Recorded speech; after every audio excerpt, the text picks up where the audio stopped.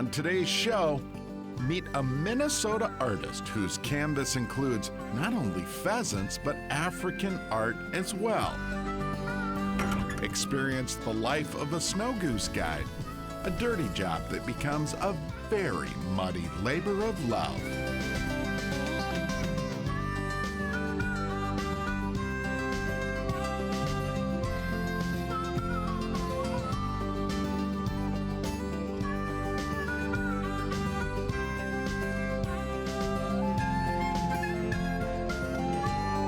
Minnesota Bound, presented by Connecticut Water Treatment Systems. Hey everybody, Laura, Millie, and I welcome you to today's episode. Up first, Ron Shera visits the studio of artist Brian Jarvi. He is a Minnesota man known for, you could say, his menagerie of African goods. Minnesota wildlife artists are famed for painting ducks sitting, ducks flying, deer standing, deer running, and loons. Lots of loons. So it's a durable surface. Then there's this Minnesota artist. He paints charging elephants, a zebra about to be a lion's meal. If it's an African wildlife, Brian Jarvi has painted almost every critter on the continent. And his artistic creations happen here, in his home studio on the shores of Minnesota's Sugar Lake near Grand Rapids, a few thousand miles from Africa. So, how'd that happen? I was commissioned by a publisher from the West Coast in 1989 to go on a month-long safari along with 5 other artists. Once I landed and there, it just, I was enthralled with it. You know, the interaction of the predator-prey, the incredible array of wildlife just got into my blood, and you know, that's been my greatest passion ever since. And it's been the advice I've always given younger artists: paint what you're most passionate about. It's going to be your best work. Actually, Jarvi's artistic skill has its roots in Minnesota's duck hunting haunts near his boyhood home in Floodwood, Minnesota. I always thought I was going to be an artist, but I didn't get serious about it until I started entering the Minnesota Duck Stamp competition when I was 23. And I had never painted before up until that point. So I took up painting and just mainly self-taught, you know. 7 years later, I won the Minnesota Duck Stamp, which launched my career professionally. A year later, he won the state's 1987 Pheasant Stamp Contest. His next brushstrokes? Today, Brian Jarvi is considered one of America's foremost artists of African wildlife. I've painted more lions than any other species, probably at least 50 lion paintings now over the years, and many of them major pieces. I love the thin skin, the muscularity, the athleticism of them. You mentioned earlier your intuition for drama in your paintings, and this is full of drama here. Where'd that inspiration come from? Well, actually, the elephant itself, from the time I had first gone to Africa, I'd wanted to do a charging bull elephant. But yeah, it's kind of hard to take the pictures. You didn't want to experience that, did you? So this is a recreation, and I actually used dust reference from the Effie Rodeo up north. Really? And so it's an entire recreation. So you didn't experience that? I didn't that actually witness that. The painting's titled Rush. So proud of him. Just, it's been an exciting life, who would have ever thought someone from a little town in Floodwood would be doing the things that we do. His artwork has been so exciting. Excitement in the studio reached a new level when Jarvi was inspired to paint an African menagerie, 208 wildlife species.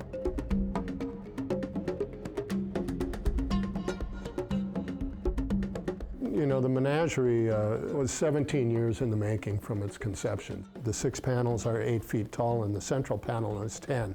The greatest challenge was scale. Every species has to be the correct size in relation to all 207 other species. I did the actual menagerie in about 14 and a half months. While the menagerie is on national tour, does that mean Brian Jarvi has dried his paintbrushes? Oh, dear, no. So this is actually where you stand and paint? Yeah, right here's my station. Huh.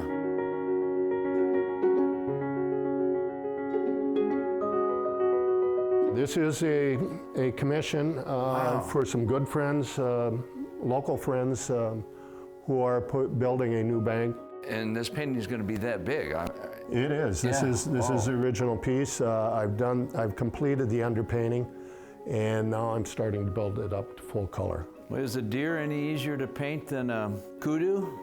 You know, I think it's just a matter of familiarity. You know, if I do my homework, I believe I can paint it. Brian Jarvi, painting critters. 7 days a week is not unusual. From one continent to the next. Not many people can say they get to do what they love for a living.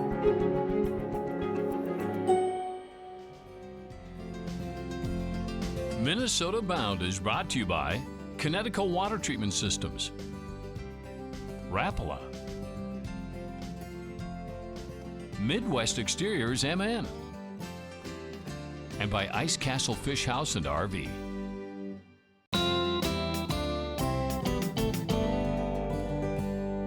Up next, Travis Frank introduces us to Josh Huff, a Snowgoose hunting guide with an interesting story to share. A sight like this needs no caption at all. The spring Snowgoose migration has taken over the prairie of South Dakota. Hundreds of thousands of geese are heading north to nest in Canada's Arctic tundra. Josh Huff follows their every move. We got probably 1,500, 3,000 snows feeding in here. Pretty good hide, pretty good field, nice and wide open. His livelihood depends on them. He's a Snowgoose guide. Now the work begins. A job few understand, a job even fewer would dare to do. You gotta be able to go a few days without a shower, be able to sleep wherever. Long nights, long days, a lot of hard work. Now it's time to set his spread. I'm gonna cover this whole area all the way around this pond with decoys. Bring in the artillery. All right, the plan is get all the layout lines out of the trailer, get them in a line right there. Then we're gonna grab totes, and I want them thin, spread out from me to him apart with the decoys, upwind. One at a time, decoys fill this field. I'd say 90% of your hunt's scouting, because I want to be where I know they're gonna fly in the morning. I guess this is a good spot. They want to be here. It helps out a lot though when you got 5 sets of hands to do this. We hope this spread will lure passing geese within range. They're calling for 60-degree weather and south winds and sun. All 3 of them ring a bell in my head right now. They're gonna push north. I start in Arkansas in February. By the time I get up here, I'm pretty beat, burnt, stressed. I've been getting my butt kicked on adult snow geese for 2 months. Josh works for South Dakota's Prairie Storm Outfitters. Each spring, their crew takes part in the spring conservation season. A season launched back in 1999 in hopes of controlling a snowgoose population growing wildly out of control. Starting back in the early 1950s is when we were doing winter surveys for snow geese. The numbers were around 600,000 to 700,000. Back in the late 90s when we started this conservation program, the population was about 3.2 million in the wintertime. That number only counts for the Central and Mississippi flyways. Today, biologists estimate 10 million geese will flock to the nesting grounds of the Arctic tundra, a number that's decimating the landscape. They're eating themselves out of house and home, literally. This image says it all. That fenced-in area shows what the tundra looked like before the geese arrived. The contrast is just amazing. When you see those pictures, it just really hits home as to how much damage has occurred on those breeding habitats. In the early 1900s, a typical migration pattern of these birds was, and this is an oversimplification, but literally fly from the Arctic nesting areas almost nonstop to the Gulf Coast states of Louisiana and Texas. And because they were restricted in the amount of habitat available in the winter, their population was pretty much in check. By the 1950s, agriculture practices changed. The Midwest landscape now provided a new food source. These birds learned very quickly that they could access new food supplies, that they could accumulate the resources they need to fly north. Hatch rates hit all-time highs, triggering the population boom. And once they get past that first year, their survival rates are very, very high. Experts in US and Canada fear this growth may soon lead to disaster. We could have catastrophic disease outbreaks if the conditions were right. Precisely why this conservation season has become so important. On the South Dakota prairie, we put our last stake in the ground.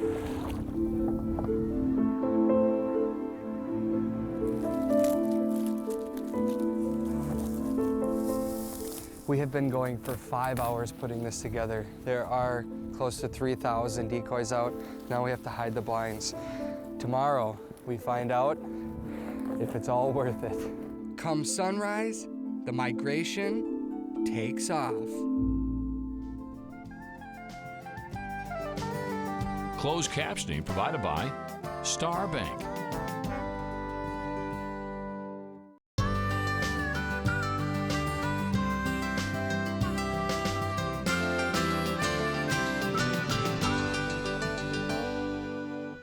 Josh Huff follows the spring snow goose migration and guides hunters to some very birdy fields. Travis Frank picks up his story. Under a clear morning sky, the distant sounds of snow geese echo across the South Dakota prairie. These cackles remind us why we've come. The spring snow goose migration is in full force, and the crew at Prairie Storm Outfitters hopes we'll soon witness a spring tornado. If it happens, it would be a dream come true. But our dream quickly fades. Ice has locked our decoys tight. Bad news if you want to fool a goose. Josh Huff and Derek Garner quickly get back to work. It's never easy, is it? Call it a common hiccup in the unpredictable life of a snow goose guide. Took us about 6 hours yesterday to get fully set up, hid, decoys, all that.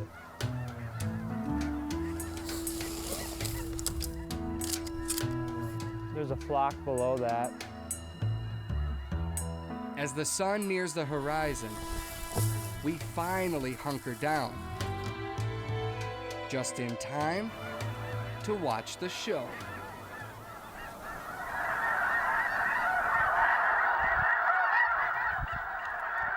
Migration is on, in full swing pretty much. One after another, lines of migrating geese head north. The ruckus grows louder and closer. Just seeing it, being out here, it's all worth it. For a snow goose guide, the sleepless nights, the endless miles of scouting, the investment in this decoy spread, and the time it took to build it, it all comes down to this moment. Guys, we got some coming from the right here.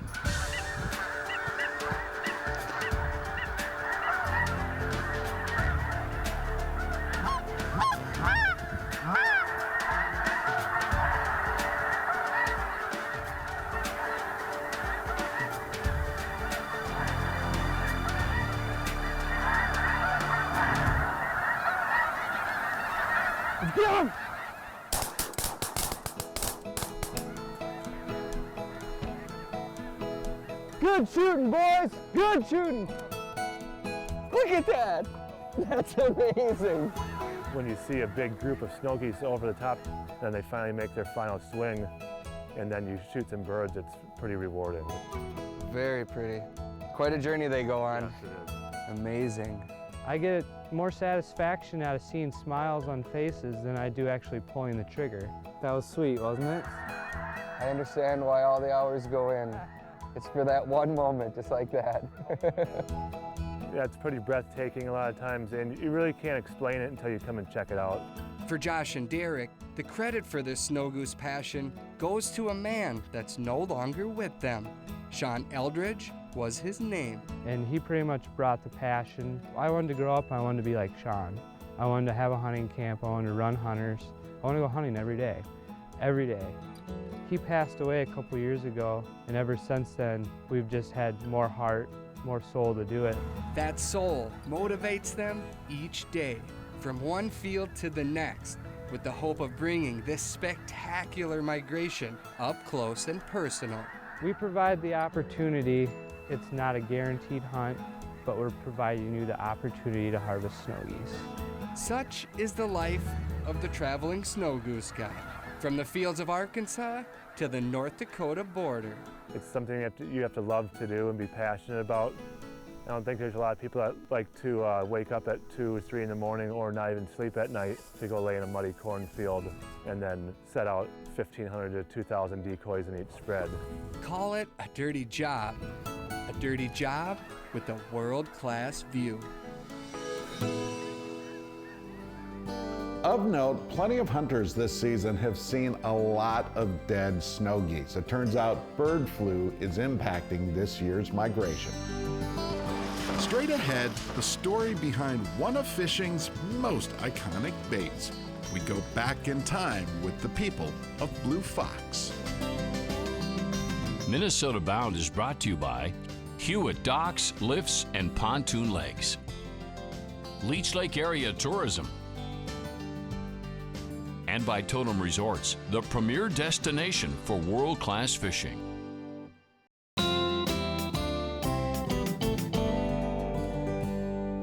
Today's Minnesota Bound Classic takes Ron Shera back to the year 1999.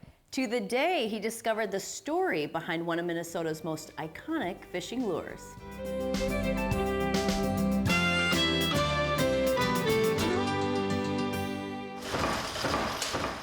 That's the sound of folks churning out fishing lures in one of America's oldest lure companies. 60 years ago, it was called National Expert Bait Company. Today, it's merely Blue Fox, named after the Arctic blue fox. The name of the lures may have changed, but the goal is the same. Well, I really hope they catch fish. To achieve that goal, each lure is manufactured the old-fashioned way, mostly handmade or assembled, with tender, loving care. I'm making spinner baits. They also make jigs, spoons, something called buzz baits, and the Super Vibrax spinner. Some individual parts come from as far away as Finland, and then are assembled at a plant located in Cambridge, Minnesota. There's a lot of wire bending, and there's a lot of molding and painting, and the cosmetics are done by hand, still a very labor-intensive process. And playing a big part in that process are employees that are specially challenged. They also are among 30 employees that have made Blue Fox one of the world's fastest growing lure companies, producing 15 million fishing lures a year, which are sold in more than 40 countries. Behind the fast pace of lure making, the lure makers themselves also share the interests of their customers. We all like to catch fish. It's sort of the frosting on the cake, you might say, and we like to make products that will, provide that experience. But being outdoors, enjoying the outdoors with all the distractions we have nowadays, fishing is still a tremendous way to relax with your family. To catch a fish, of course, it always helps if you fish smart. Smart like a fox. Throwing a Blue Fox Pixie for lake trout, still one of my all-time favorites. Lots of fun. Yes. Be sure to check out our YouTube page. You can find Millie and all of our full episodes there. Well, that about does it for the three of us, right, Millie? Until next week, what do we say, Laura? Introduce a kid to the great outdoors. Transportation provided by Premier Transportation. Call 1-800-899-7433.